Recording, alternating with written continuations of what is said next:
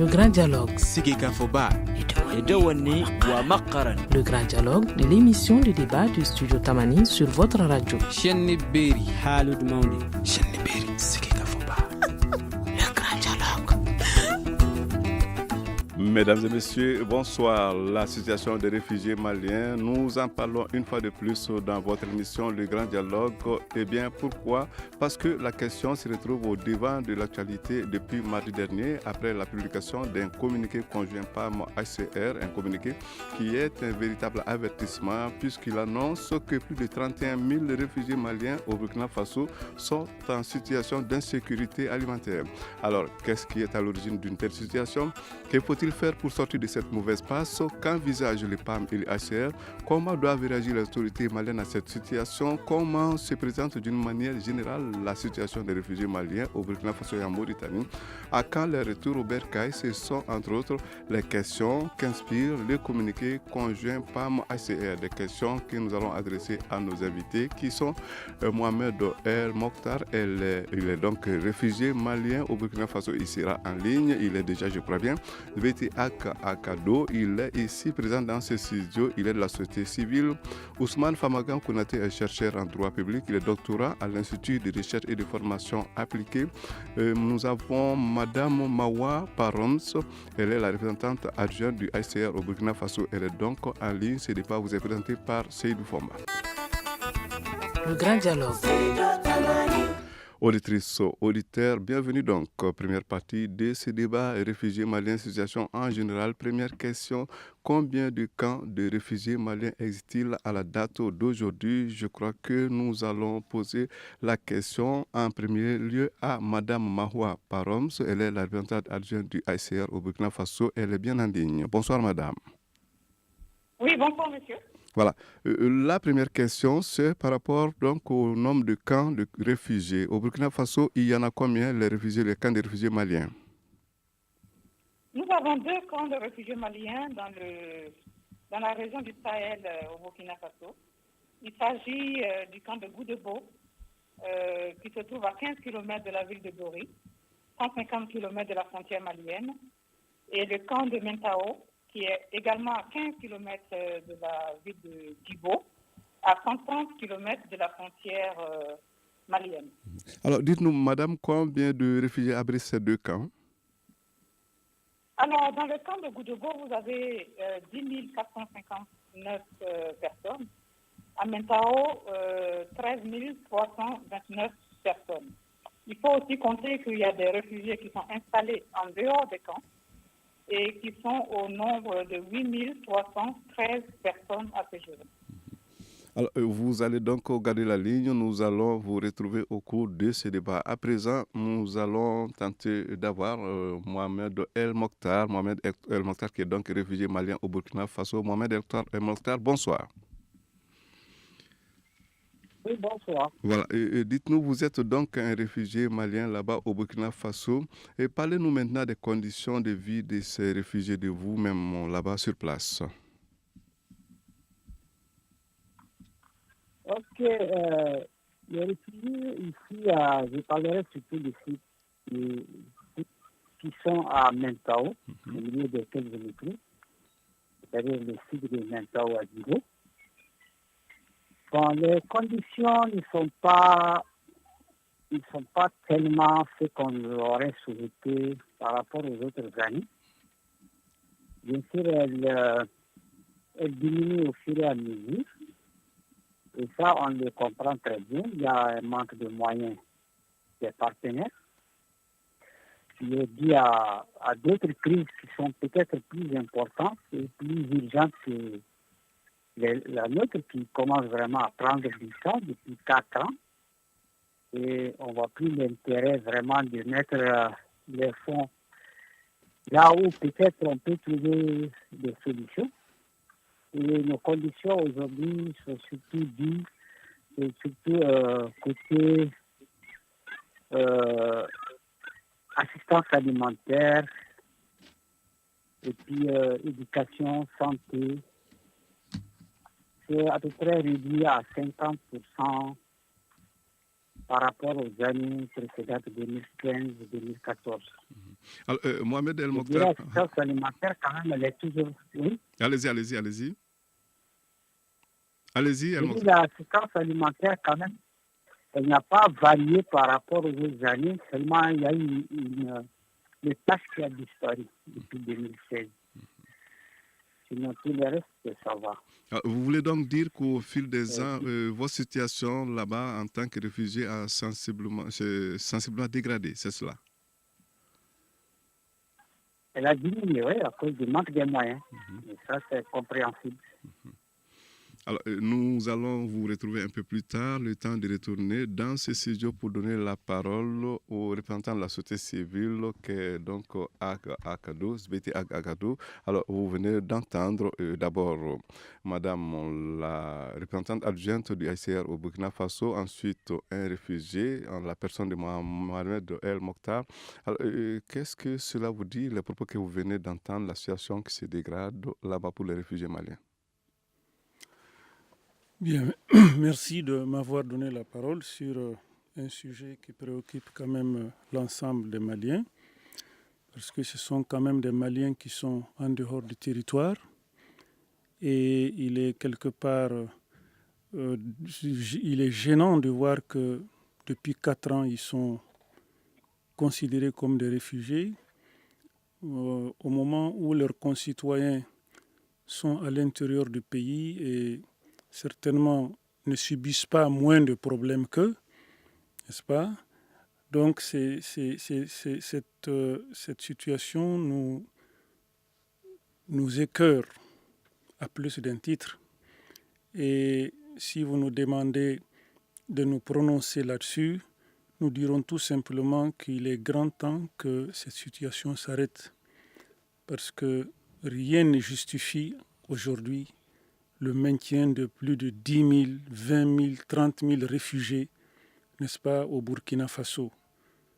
Un pays avec lequel le Mali a de très bons rapports, un pays que les Maliens traversent de long en large, tout comme les Burkinabés traversent le Mali de long en large sans s'inquiéter de quoi que ce soit. Il est grand temps qu'on crée un minimum de conditions pour que ces réfugiés-là rentrent.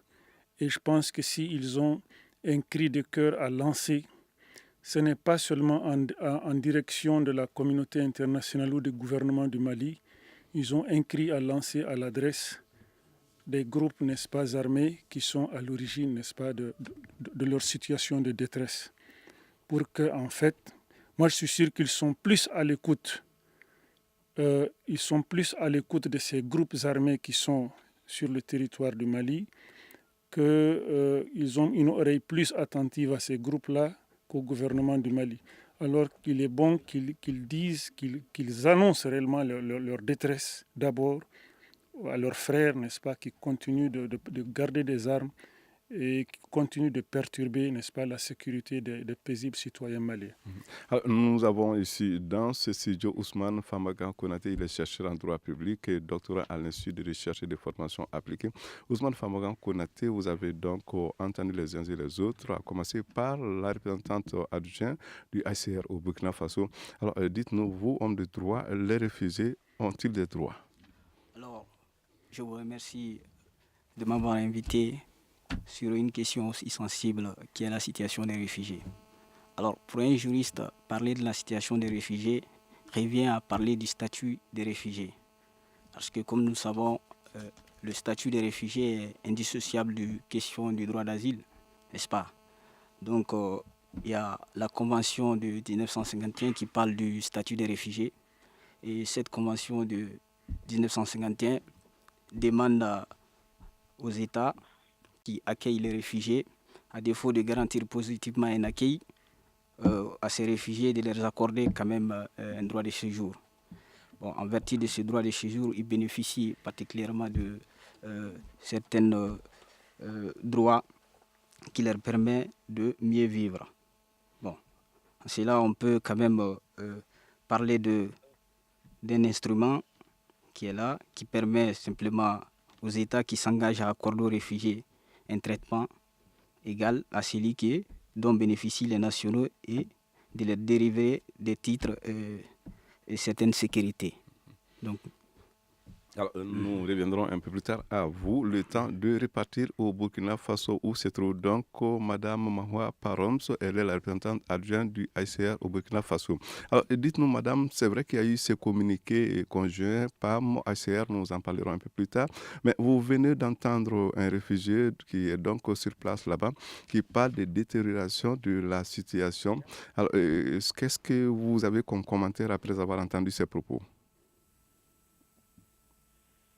Bon, ce réfugié a dit la situation comme elle se présente. Effectivement, lorsque les réfugiés arrivent pendant l'urgence, l'assistance n'est pas forcément la même que lorsque la situation devient une situation d'asile prolongé.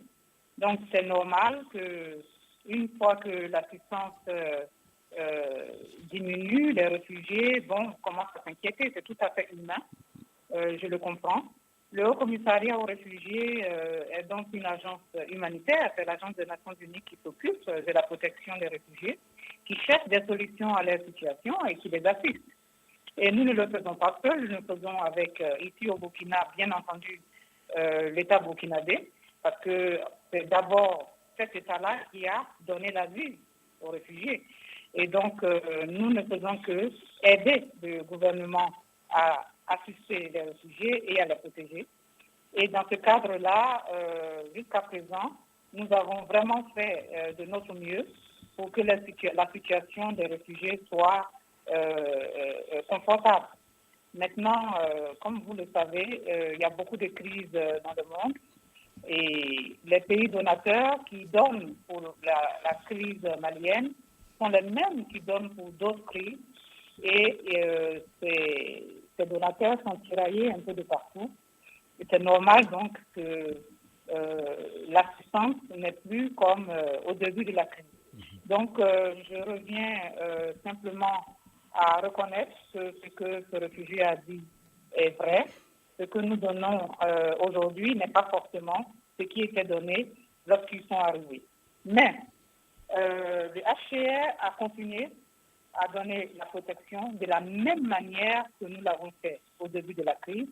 Et cette protection, elle est très importante parce que sans la protection, les réfugiés ne peuvent même pas exister ici. Ils n'ont pas d'existence légale.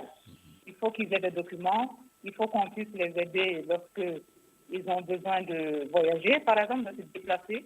Ils ont besoin aussi d'aller à l'école, les enfants. C'est le HCR qui le fait. Ils ont besoin d'abri. Ils ont besoin, bien entendu, d'une formation professionnelle, d'activités génératrices de revenus. Et tout ça, c'est nous qui le donnons avec nos partenaires. Alors, bien entendu, l'assistance alimentaire a un peu diminué par rapport à 2012, mais ce que je viens de vous citer comme assistance et protection n'a pas changé. Alors, il sera 18h30. Dans moins d'une minute, nous allons observer une courte pause avant de poursuivre ce débat. Vous écoutez Studio Tamani, votre avis nous intéresse. Écrivez vos commentaires et suggestions sur la page Facebook et dialoguez avec nous. Studio Tamani, c'est aussi les réseaux sociaux. La situation des réfugiés maliens, c'est donc le sujet du jour. Nous en parlons avec 4 invités, à commencer par Mme Mahwa Paroms. Elle est la représentante adjointe du ICR au Burkina Faso. Elle est en ligne. Nous avons ici présent dans ces studios Sbeti Ag Akado, il est la société civile.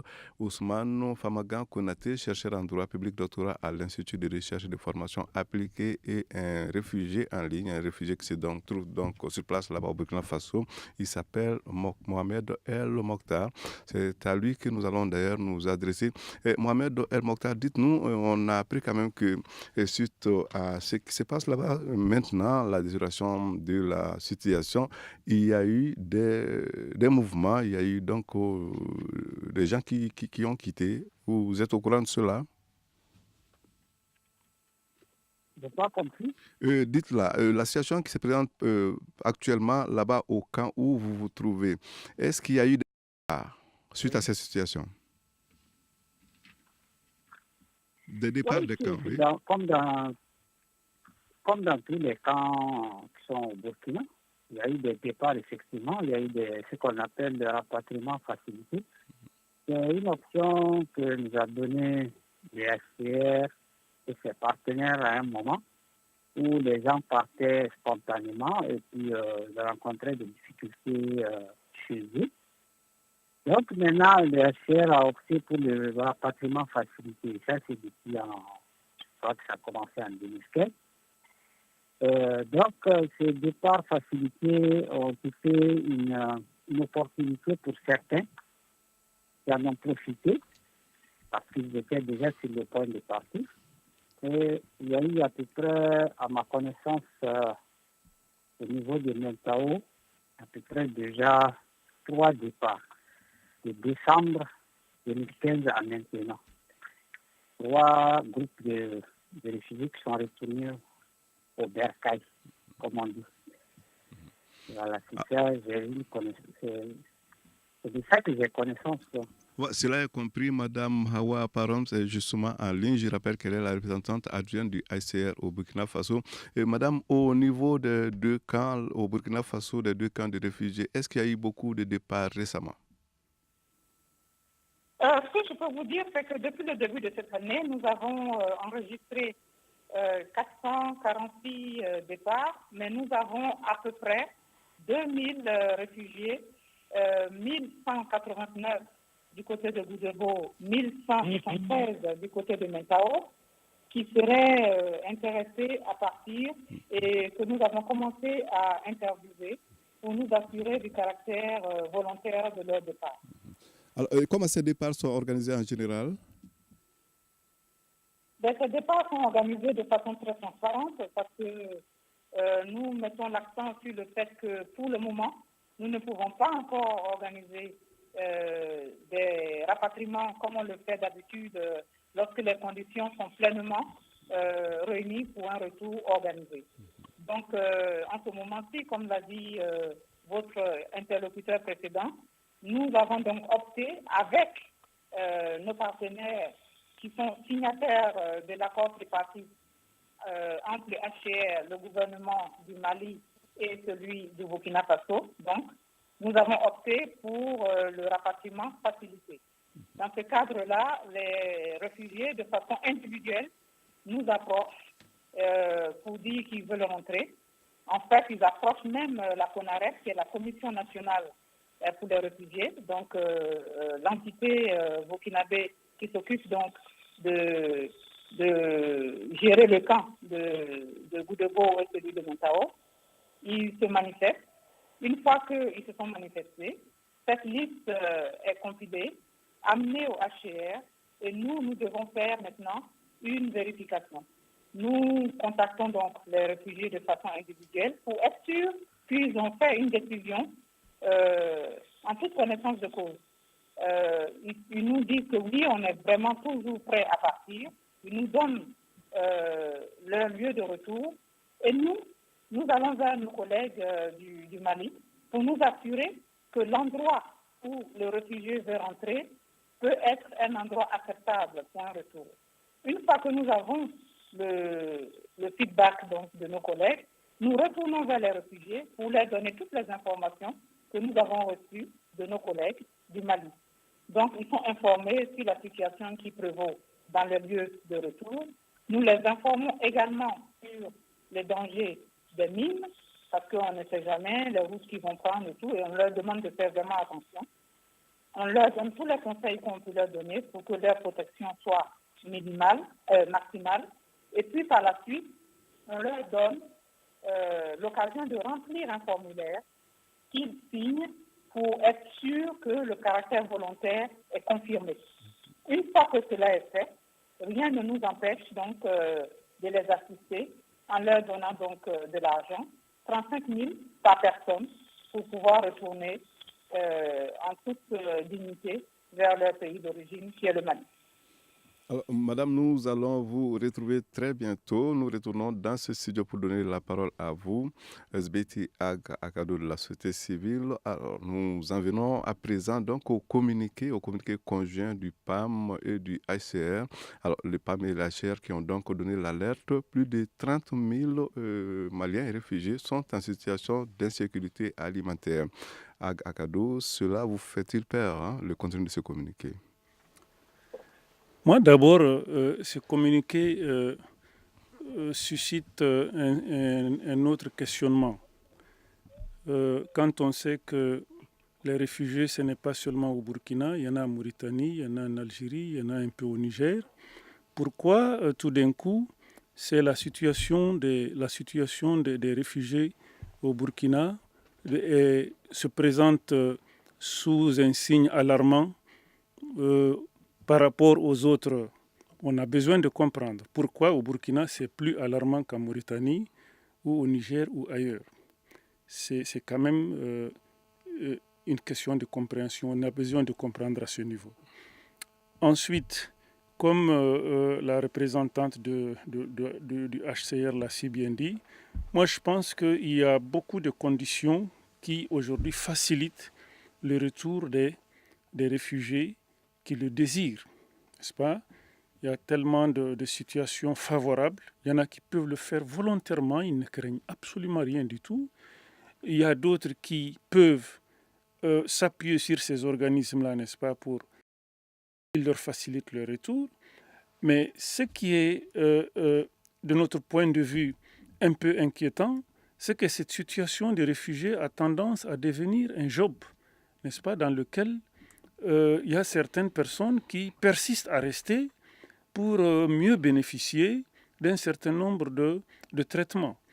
Et cela m'amène à regarder un peu du côté de la Mauritanie, que je connais très bien, où je sais que dans les camps des réfugiés là-bas, les gens s'organisent et il y a énormément d'éléments qui sortent des camps pour venir, n'est-ce pas, exécuter des tâches de basse besogne, n'est-ce pas, dans une partie des régions ouest de Tombouctou et qui ravitaillent régulièrement dans ces camps de réfugiés-là. Cela nous amène à poser la question, est-ce que c'est parce que ceux qui sont au Burkina ne sont pas ravitaillés de la même manière que ça crie de toutes parts? En tout cas, ceux de la Mauritanie sont calmes, ils ne sont pas en train de dire quelque chose. Parce que, en tout cas de notre point de vue, c'est parce que peut-être qu'ils ont plus de retombées, n'est-ce pas, de leur position, de leur organisation, plus que ceux du Burkina, surtout quand on sait que le Burkina quand même a changé de cap depuis un certain temps. Du temps de Blaise, c'était peut-être plus facile à eux de se mouvoir ou bien d'obtenir un certain nombre de traitements, mais avec les autorités actuelles, on se méfie un peu de cette situation floue autour de la question des réfugiés, parce que, encore une fois, je le dis, les réfugiés du Mali, où qu'ils soient aujourd'hui, ont des facilités à rentrer chez eux, même si quelque part, ils hésitent, parce que quand ils regardent la situation des déplacés, la situation de leurs autres frères qui sont à l'intérieur du pays, il y a de quoi hésiter à rentrer. Parce que quand on sait que la plupart des déplacés dans la zone de Tombouctou, par exemple, sont des laissés pour compte, ils ne bénéficient d'aucune assistance, donc il y a de quoi hésiter.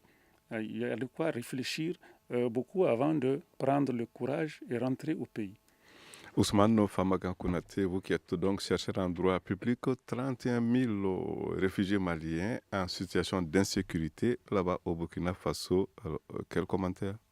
Alors, toujours du point de vue de la Convention de 1951, alors les États doivent mettre les réfugiés en sécurité, n'est-ce pas? Et partant de là, ils doivent assurer les conditions favorables de sécurité à ces réfugiés.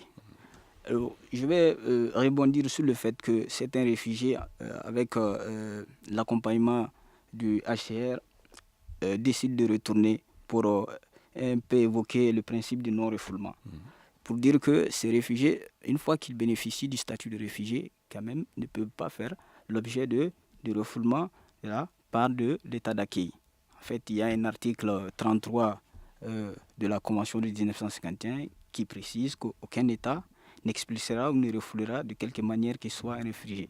Donc les réfugiés doivent bénéficier des conditions de sécurité et lorsqu'ils désirent rentrer, ils doivent bénéficier de l'accompagnement du HCR, n'est-ce pas?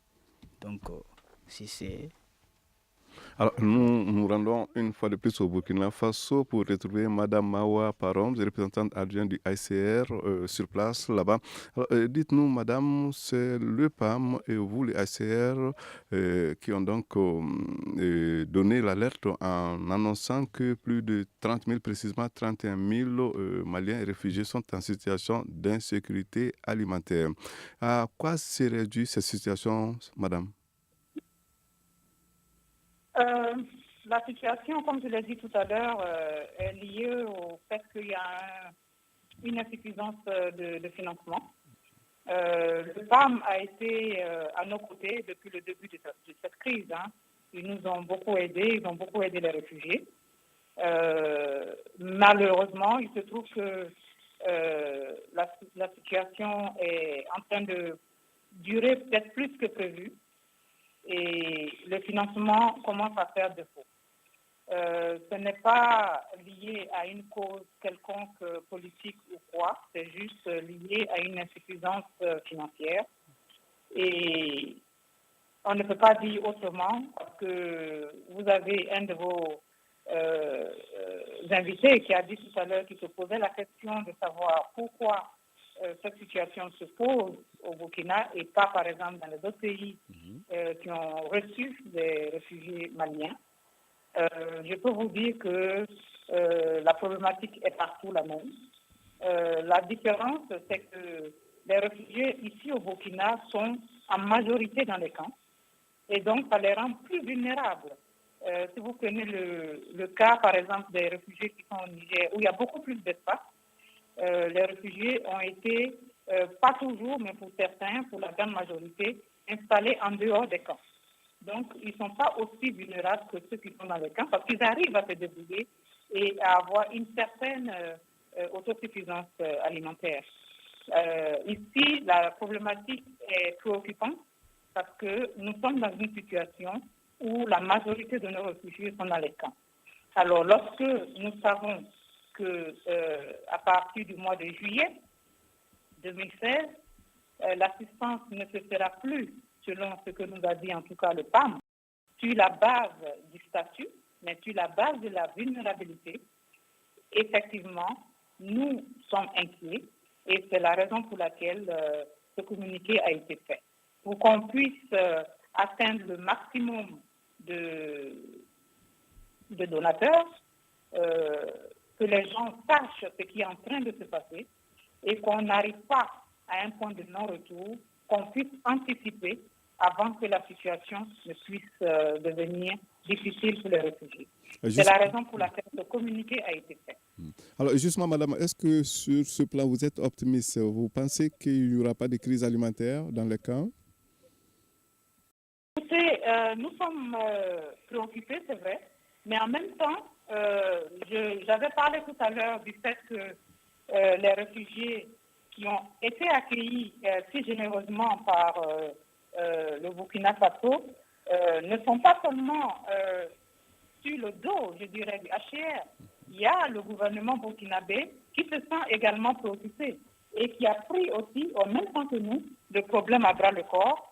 Par exemple, nous avons eu une donation du comité d'urgence qui s'appelle CONAFUR, qui existe ici et qui a donné des vivres aux réfugiés qui ont été distribués en février pour venir nous aider à les prendre en charge. Nous avons aussi des donateurs qui sont un peu plus moins visibles en tout cas, qui ont aussi donné et qui sont prêts à continuer à donner à manger aux réfugiés. Donc la situation, elle est peut-être préoccupante, mais elle n'est pas désespérée. Et nous espérons qu'avec l'intérêt qu'a suscité ce communiqué, nous pourrons peut-être sortir la tête haute de cette situation et éviter que les enfants réfugiés, les femmes, les personnes vulnérables qui sont dans les camps souffrent dans les mois qui viennent de la situation que nous avons dénoncée dans le communiqué. Studio Tamani, 18h45, la suite de ce débat dans un instant. Une réaction, Un avis, Un commentaire, Réagissez sur la page Facebook de Studio Tamani et restez connectés avec nous. Studio Tamani sur les réseaux sociaux pour vous faire entendre. Studio La situation des réfugiés maliens avec 4 invités. Madame Mawa Parom, représentante adjointe du HCR au Burkina Faso. Mohamed El Mokhtar, réfugié malien au Burkina Faso. Béti Ag Akado. Dans ce studio, il représente la société civile et Ousmane Famagan Konaté, chercheur en droit public, doctorant à l'Institut de recherche et de formation. Nous retournons au Burkina pour retrouver cette fois-ci Mohamed El Mokhtar. Mohamed El Mokhtar, vous l'avez entendu, on dit que plus de 30 000, précisons, 31 000 réfugiés maliens sont en situation d'insécurité alimentaire. Vous l'avez appris là-bas sur place. Alors, qu'est-ce que cela suscite comme commentaire entre vous là-bas en tant que réfugiés? Oui, effectivement, on a vu ce communiqué. On est très heureux que les HCR aient pensé à ça à temps. Parce qu'effectivement, comme l'a dit la représentante du HCR, la situation est préoccupante, mais elle n'est pas désespérée. Alors, quand vous avez appris... allez-y donc, allez-y. El Mokhtar, allez-y.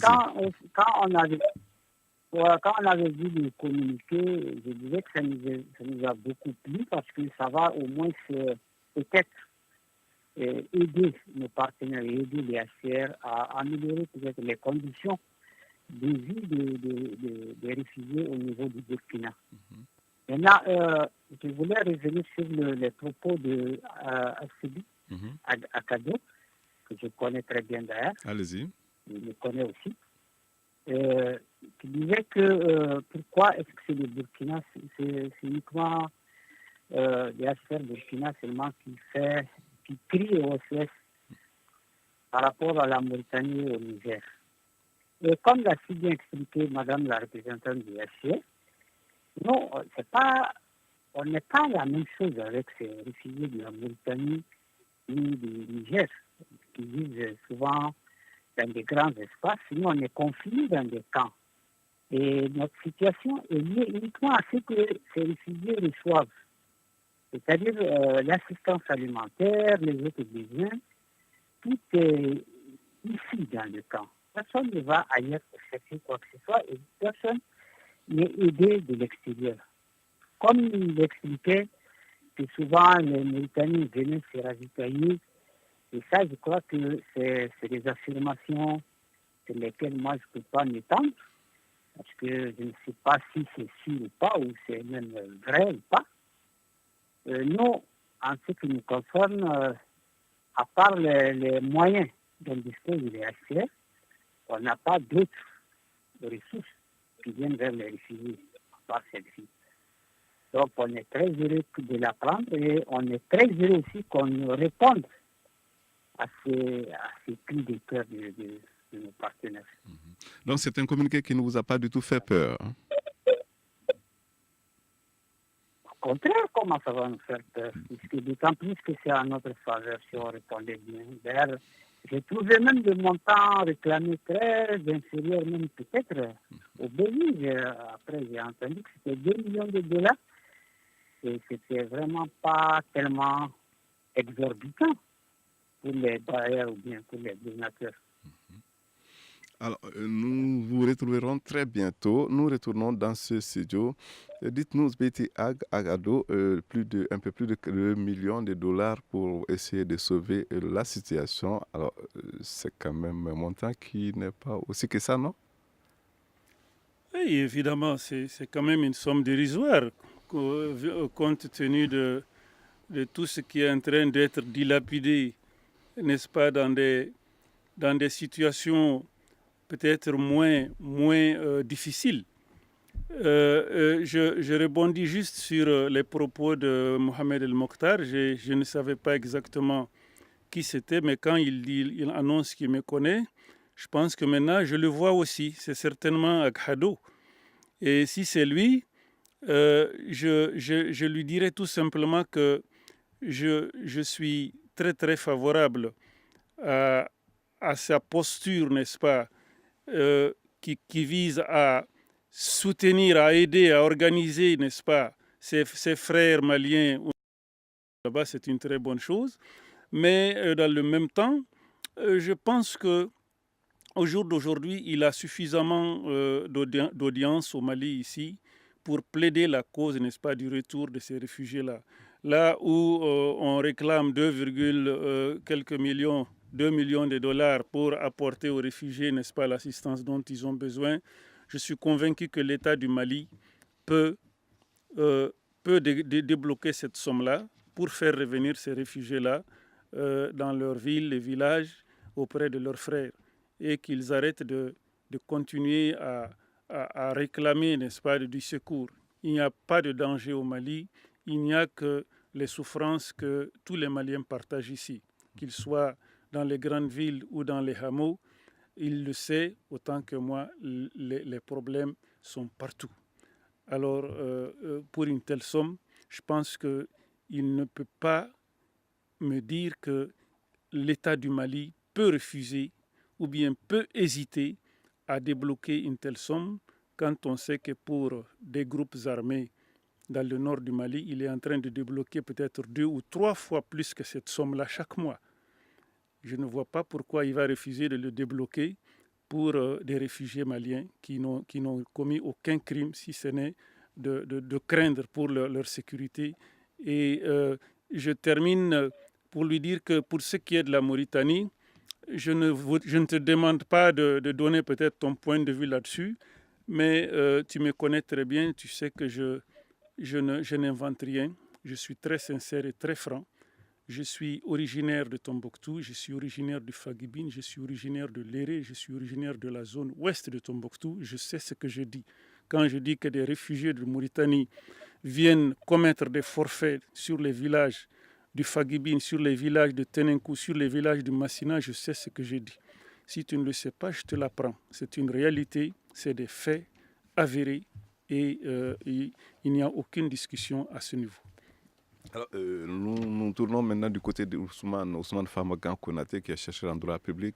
Monsieur le juriste, cette situation des réfugiés maliens, on parle de 31 000 qui sont donc en situation d'insécurité alimentaire. Elle interpelle bien entendu la société, disons la communauté internationale, mais est-ce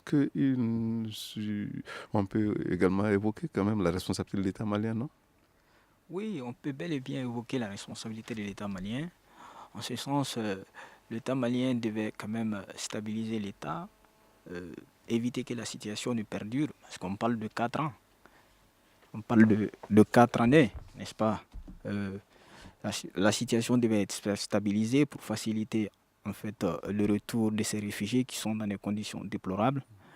Mais si on essaye de voir un peu la situation préoccupante de ces réfugiés, on se rend compte que ce sont des situations humanitaires. Alors, en tant que situation humanitaire, en fait, il y a des partenaires économiques qui sont là, qui peuvent quand même, dans le domaine de l'humanitaire, œuvrer. Je parle un peu du comité de Croix-Rouge, dans les propos de Madame du HCR et dans les propos du réfugié, je ne vois pas quel a été l'apport du Croix-Rouge dans cette situation humanitaire. Quand même, elle est censée faciliter et prendre en compte ces actions. Donc l'État a bel et bien sa responsabilité. L'État doit œuvrer dans la stabilisation de l'État et faciliter le retour de ces réfugiés. Alors, nous nous rendons encore au Burkina Faso. Madame Mawa Parom, je rappelle que vous êtes la représentante adjointe du HCR au Burkina Faso. Nous allons un peu évoquer quand même le cas de retour. À combien peut-on estimer le nombre de réfugiés retournés au Mali? Et parmi ces réfugiés, on sait bien qu'il y a des femmes et des enfants. Alors, ceux-ci sont-ils pris en charge à leur retour? Est-ce que vous vous en souciez quand vous les aidez à gagner le bercail? Les chiffres sont différents que ce soit ici ou au Mali, parce que je vais vous expliquer que certains réfugiés repartent de façon spontanée. Et en partant spontanément, nous, on n'a pas forcément les chiffres. Mais selon nos collègues du HCR au Mali, il y a 17 534 personnes qui sont rentrées à ce jour au Mali. Et ce chiffre comprend aussi bien ceux qui sont partis spontanément que ceux qui sont partis suite à un rapatriement facilité. lorsque les réfugiés rentrent au Mali et qu'ils sont connus, parce qu'ils partent avec des documents, comme j'ai dit tout à l'heure quand j'ai parlé du rapatriement, il y a un questionnaire qu'on remplit et on le signe. Et quand les rapatriés partent avec ce document qui est reconnu par notre agence et nos partenaires, ils reçoivent une assistance cash, ils reçoivent de l'argent par personne, par famille. Ils reçoivent aussi l'assistance communautaire, c'est-à-dire les centres de santé, les écoles, les points d'eau, les projets humanitaires et de développement qui sont dans les zones de retour. Alors, nous allons donner la parole à Mohamed El Mokhtar, qui est, je le rappelle, réfugié malien au Burkina Faso. Alors, El Mokhtar, dites-nous, les retours, vous arrivez là-bas, non? Les retours au Bercail. Comment vous dites au Bercail? Je n'ai pas compris la question. Alors, les retours, ça vous préoccupe? Vous êtes pressé de rentrer au pays, non? Bien sûr, on est tellement pressé qu'on ne sait plus maintenant à qui on veut maintenant. Si c'est le gouvernement, si c'est le mouvement, si c'est plus. Parce qu'actuellement, ce qui fait que les gens rentrent inopinément comme ça, c'est parce que seulement ils ont l'amour du pays, ils ont la nostalgie du pays, ils doivent rentrer. Quelles que soient les conditions qui les attendent là-bas ou bien les conditions qui les rencontreront là-bas, ils préfèrent retourner. Ce n'est pas une histoire de mauvaise prise en charge au niveau du Burkina, ni une mauvaise protection, ni une mauvaise sécurité, non. C'est tout simplement pour aller participer activement à la reconstruction du pays, participer à tout ce qui se passe, la vie économique, la vie politique, etc. Donc, ils ne veulent pas échapper à tout ça. Parce qu'il ne faut pas qu'on vienne tardivement aussi. Et puis après, bon, voilà, on n'était pas là, on a fait ça, tout après nous. Donc, tous ces aspects-là, ces aspects-là qui sont intéressants pour nous. C'est-à-dire être là-bas pour participer à la vie économique, politique, sociale du pays. Voilà. En tant que réfugié, à quoi vous vous attendez de la part des autorités maliennes? D'autres parlent de viabilisation des sites, etc. C'est vrai, c'est des conditions quand même qui sont nécessaires pour un retour pour ceux qui ont bien été de suite. Mais il y a certains qui sont venus demain. Maintenant, je rappelle ici à Sidi Agakado que effectivement, c'est plutôt Agadou. Maintenant, je reviens sur votre question encore concernant les conditions qui sont attendues au niveau du Mali. Le Mali peut très bien mettre toutes les conditions nécessaires pour les réfugiés, pour leur retour. Et tout le monde le fait. Et on n'a pas besoin d'attendre, ou bien d'attendre la mise en œuvre d'un accord qui n'en finit pas derrière, des forums, des réunions, etc.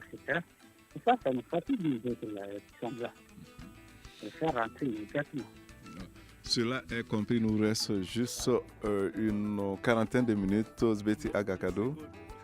Une quarantaine de secondes. 2 secondes, disons. Juste pour dire au jeune frère Pétio que je suis vraiment très très content de l'entendre dire qu'il est pressé de rentrer au pays parce que nous l'attendons tous.